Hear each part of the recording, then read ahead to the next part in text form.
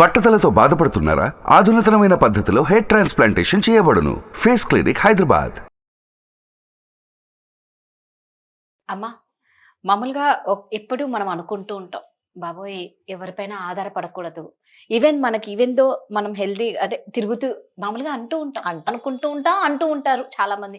నేను తిరుగుతూనే పోవాలి, ఎవరితో చేయించుకోకూడదు, ఎవరిపైన ఆధారపడకూడదు. అంటే ఆ ఆధారపడడం అనేది నిజంగా తీసుకోలేము. అవునండి. ఎందుకంటే చాలా ప్రాబ్లమ్స్ కూడా ఉంటాయి ఒకరిపైన డిపెండ్ అయితే. ఇక అది వర్ణనాతీతం ఆ పెయిన్స్. కొందరు బాగా చూసుకునే వాళ్ళు ఉంటారు, వాళ్ళ గురించి మనం మాట్లాడుకోవట్లే. అయితే 50 ఏళ్ళ సాధారణంగా 50 ఏళ్ళ వయసు పైబడిన తర్వాత పిల్లల పైన ఆధారపడి బతకడం ఎలా అంటారు? అంటే ఇందులో ఎలాగంటానంటే, ఆధారపడడం అంటే కంపల్సరీగా హెల్త్ కండిషన్ లో ఆధారపడడం అనేది దాన్ని మనం ఎవ్వరమే ఆపలేము. సో ఒక తల్లో తండ్రో ఉంటాడు, ఆమెకు 60 ఏళ్ళో 70 ఏళ్ళో ఉంటాయి. కదలలేని పరిస్థితులు వచ్చినప్పుడు కంపల్సరీగా పిల్లల మీద ఆధారపడాల్సిందే, పిల్లలు కూడా చూడాల్సిందే. ఇంకో కేటగిరీ ఉంటారు ఈ తల్లిదండ్రులు. ఎలాంటి వాళ్ళంటే, నేను నిన్ను కన్నా కదా, ఇన్ని రోజులు పెంచి పోషించా కదా, ఉద్యోగం ఇప్పించా కదా, నా వల్లే కదా నీకు ఉద్యోగం వచ్చింది, సో నువ్వు నా చుట్టే కూర్చో, నా పక్కనే కూర్చో. ఇలాంటి తల్లిదండ్రులు కూడా ఉంటారండి. అనవసరంగా వాళ్ళని ఇబ్బంది పెట్టేసి, చీటికి మాటికి వాళ్ళు ఎక్కడో ఉంటారు, వాళ్ళకి ఫోన్ చేసేసి, మీ నాన్న ఎందుకో మాట్లాడటం లేదు, అరే అలసిపోయాడో మాట్లాడటం లేదు, ఆడక్కడ నోడి కంగారు కదండి, కాసేపు ఇవ్వు, టైం ఇవ్వు. పిల్లలకు కూడా ప్రైవసీ ఇవ్వాలి కదండి.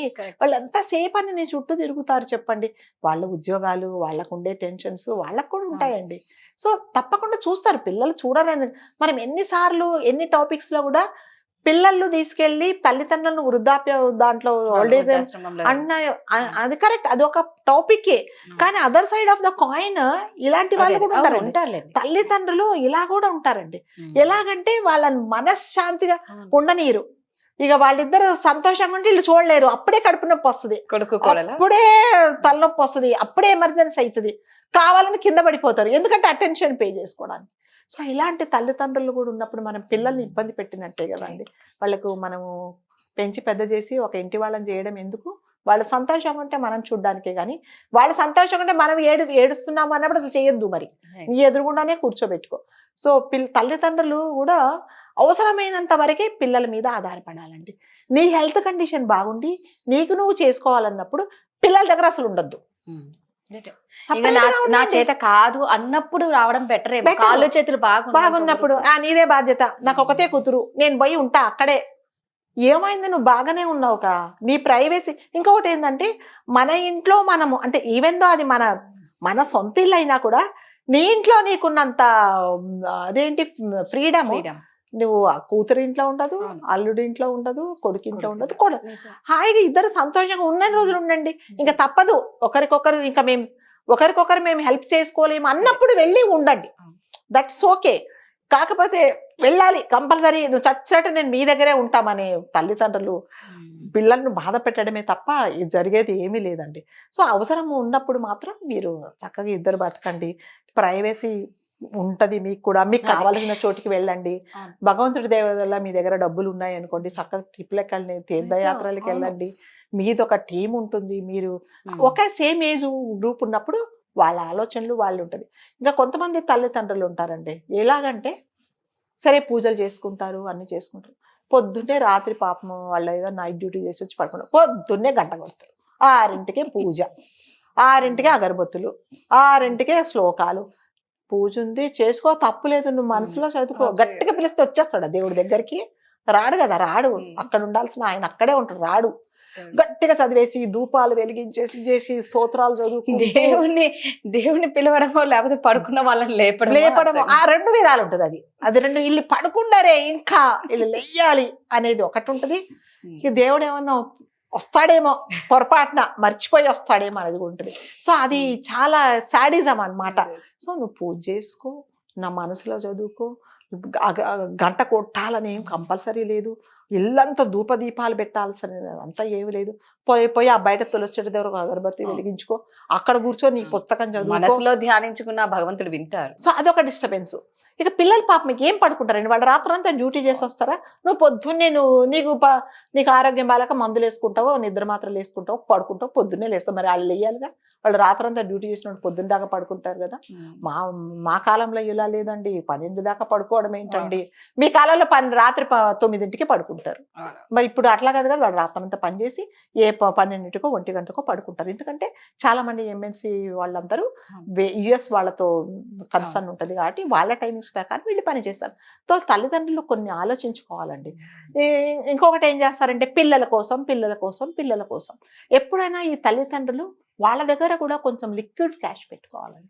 ఎమర్జెన్సీలో పిల్లల మీద ఆధారపడకుండా మీ దగ్గర కనీసం ఒక 2 లక్షల రూపాయలు, 1 లక్ష రూపాయలు మీ బ్యాంకులో వేసుకుంటే పిల్లలను అడగకుండా మీ దగ్గర డబ్బులు ఉన్నాయి, మీరు వాళ్ళకి ఆస్తుపాస్తులు కొనను, ఒక ఫ్లాట్ కొనను, ఇంకొకటి కొనను, పైన కట్టించను, కింద కట్టించను, ఇవే ఉంటాయి. వాళ్ళ ఆస్తులు వాళ్ళు కొనుక్కుంటారు కదా, రేపొద్దున నువ్వు పోయిన తర్వాత నీ ఆస్తులని వాళ్ళకే. ఎందుకు వాళ్ళ మీద వాళ్ళతో తాపత్రయపడి నీ అవన్నీ మానేసుకొని వాళ్ళ ఏమనంటే పిల్లల కోసం నేను చాలా చేశాను ఇవే ఉంటుంది. మీరు ఎవరినైనా కదిలించండి, పిల్లల కోసం నేను చాలా కష్టపడ్డానండి. మరి నీ పిల్లలు కాబట్టి నువ్వు కష్టపడ్డావు, వేరే పిల్లల కోసం నువ్వు కష్టపడలేదు కదా. అవన్నీ ఆ ఫ్రస్ట్రేషన్ అంతా ఇప్పుడు చూపిస్తారనమాట. నువ్వు తల్లిదండ్రులను పట్టించుకోవట్లేదు, హాస్పిటల్కి తీసుకెళ్ళట్లేదు. వాళ్ళు బాగానే ఉంటారండి, ఆరోగ్యంగానే ఉంటారు. కానీ అదొకటి ఉంటుంది అనమాట, రైట్ ఉంటుంది కదా, ఆ రైట్ వాళ్ళు they want use that right. So అది చాలా తప్పండి. ఎప్పుడైనా తల్లి కానీ తండ్రి కానీ భార్యాభర్తలు ఇద్దరు ఆరోగ్యంగా ఉన్నప్పుడు మీరు ఒకరికొకరు పనులు చేసుకోండి. సరే భగవంతుడు ఒకవేళ ఒకరిని తీసుకెళ్ళిపోతే కొంతమంది చాలా మంది భార్య లేకున్నా భర్త లేకున్నా తల్లిలు కూడా ఒక్కరు ఉంటే వాళ్ళు కూడా చాలా మంది ఉన్నారండి. ఒక్కరే ఒక ఫ్లాట్ తీసుకుంటారు, చక్కగా ఉంటారు, వాళ్ళ పనులు వాళ్ళు చేసుకుంటారు, వాళ్ళ ఏజ్ గ్రూప్ తో మంచిగా వాళ్ళు మింగిల్ అవుతారు, సంతోషంగా ఉంటారు. అలాంటప్పుడు పిల్లలు కూడా సంతోషంగా ఉంటారండి. హెల్త్ కండిషన్ ఏదన్నా బాగలేనప్పుడు ఎమర్జెన్సీ వచ్చినప్పుడు తప్పకుండా వాళ్ళు రీచబుల్ ఉంటారు. అంతేగాని ఇది మీదే డ్యూటీ, మీ తలుపు ముందే నేను కూర్చుంటాను అని అంటే మనం ఒక రకంగా పిల్లల్ని ఇబ్బంది పెట్టినట్టే అవుతుందండి. మన వల్ల పిల్లలు సంతోషపడాలి కానీ మనం వాళ్ళకు బర్డన్ ఎప్పుడు కాకూడదండి. కాకపోతే దేవుణ్ణి కోరుకోవాలంటే మంచి ఆరోగ్యం ఇవ్వాలి, ఉన్నంతలో మంచిగా ఉండాలి, నీ ప్లాన్స్ నువ్వు చేసుకో, చక్కగా ట్రిప్లకు వెళ్ళు, లేకపోతే నువ్వు ఇంతకుముందు ఏంటి అనుభవించాలని చక్కగా ఇద్దరు కలిసి తిరిగి రండి, హోటల్కి వెళ్ళండి, తినండి, తిరగండి, ఆరోగ్యం బాగుంటే. ఎందుకండి వాళ్ళ చుట్టూ తిరగడం, వాళ్ళ చుట్టూ తిరిగి వాళ్ళని ఇబ్బంది పెట్టేసి. సో 60 సంవత్సరాల తర్వాత కంపల్సరిగా ఏ తల్లి తండ్రి కూతుర్ల దగ్గర, కోడళ్ళ దగ్గర, అల్లుళ్ళ దగ్గర ఉండాల్సిన అవసరం లేదండి. మీ ఆరోగ్యం బాగున్నంత వరకు మీరు సపరేట్గా మీరే ఇద్దరు సంతోషంగా ఉండండి. ఇన్ని రోజులు వాళ్ళతో ఉండి వాళ్ళకి సేవలు చేశారు కదా, చక్కగా ఇద్దరు హాయిగా ఉండండి. అక్కడికే వెళ్ళి ఉండాలనేది లేదు. హెల్త్ బాగాలేనప్పుడు అది కంపల్సరీ మన డెస్టినేషన్ అదే, అక్కడే ఉంటాం. అంతేగాని వాళ్ళ దగ్గరే ఉండేసి వాళ్ళని మనం ఇబ్బంది పెట్టేసి మనం ఇది చేసినంతే వాళ్ళని మనము ఇండైరెక్ట్ గా బాధపడినట్టే. అందుకని ఎప్పుడు కూడా నేను ఒకటే సజెషన్ చేస్తాను, హెల్త్ పర్మిట్ చేసినంత వరకు పిల్లల మీద ఆధారపడకుండా మీరు బతుకుతే ఆ సాటిస్ఫాక్షన్ వేరే ఉండాలి.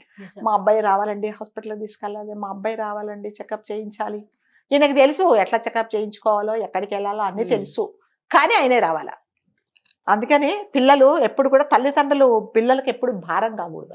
నిజమండి, భారం కావద్దు. మనకు కాళ్ళు చేతులు పంచిగా తిరిగే వరకు మన పని మనం చేసుకునే వరకు ఒకరి పైన భారం అవ్వడం కన్నా మీరు అన్నట్టు హ్యాపీగా ముందంతా ఎలాగో కష్టపడ్డారు, భారాలు మోసారు, ఇప్పుడు రిలాక్స్ గా ఉండండి, ఇద్దరు మంచిగా ట్రిప్పులు వేసుకోవచ్చు, హ్యాపీగా ఉండొచ్చు. వాడికి ఆస్తులు కొనిపెట్టి, కూతురు కొనిపెట్టి, కల్లుడు కొనిపెట్టి, ఇంకొక కొనిపెట్టి నువ్వు దాచుకొని ఈ డబ్బులు మనీ మాత్రం వీళ్ళకి కంపల్సరీగా ఒక ఏజ్ వచ్చిన తర్వాత కంపల్సరీగా ఉండాలి. డబ్బులు అనేది కంపల్సరీ మన డబ్బుల మీద మనకే అధికారం ఉంటుంది, తెలుసు. మన డబ్బులు మనం ఖర్చు పెట్టుకుంటే ఆ సాటిస్ఫాక్షన్ వేరే. ఇప్పుడు నేను నా కూతురునో, నా అల్లుడినో, నా కొడుకునో అది ఎన్నిసార్లు అడుగుతావు. అందుకని మళ్ళీ మీకే కదా అంటే నువ్వు నాకు ఇవ్వకు, నువ్వు సంతోషంగా ఉండు, నీ డబ్బులు నువ్వు జాగ్రత్త పెట్టుకో. రేపొద్దున నిజంగా మనం భగవంతుడు తీసుకెళ్ళినప్పుడు ఏముందో, రూపాయి ఉందో, 10 రూపాయలు ఉందో, 1,00,000 రూపాయలు ఉందో, 1,00,00,000 రూపాయలు ఉందో అంత వాళ్ళకి. ఎవరు ఏం తీసుకెళ్లరండి. వెళ్ళేటప్పుడు మనం ఏం తీసుకెళ్తామండి, ఒంటి మీద ఇంత చిన్న ఒక 1/2 గ్రామ్ బంగారం ఉన్న పీకేసుకుంటారు. అలాంటి రోజులు ఎవ్వరు ఏం వదిలిపెట్టారు. చాలా చక్కగా చెప్పారు. Thank you. సుమన్ టీవీలో మీ పర్సనల్ అండ్ బిజినెస్ ప్రమోషన్స్ కోసం కింది నెంబర్కి కాంటాక్ట్ చేయండి.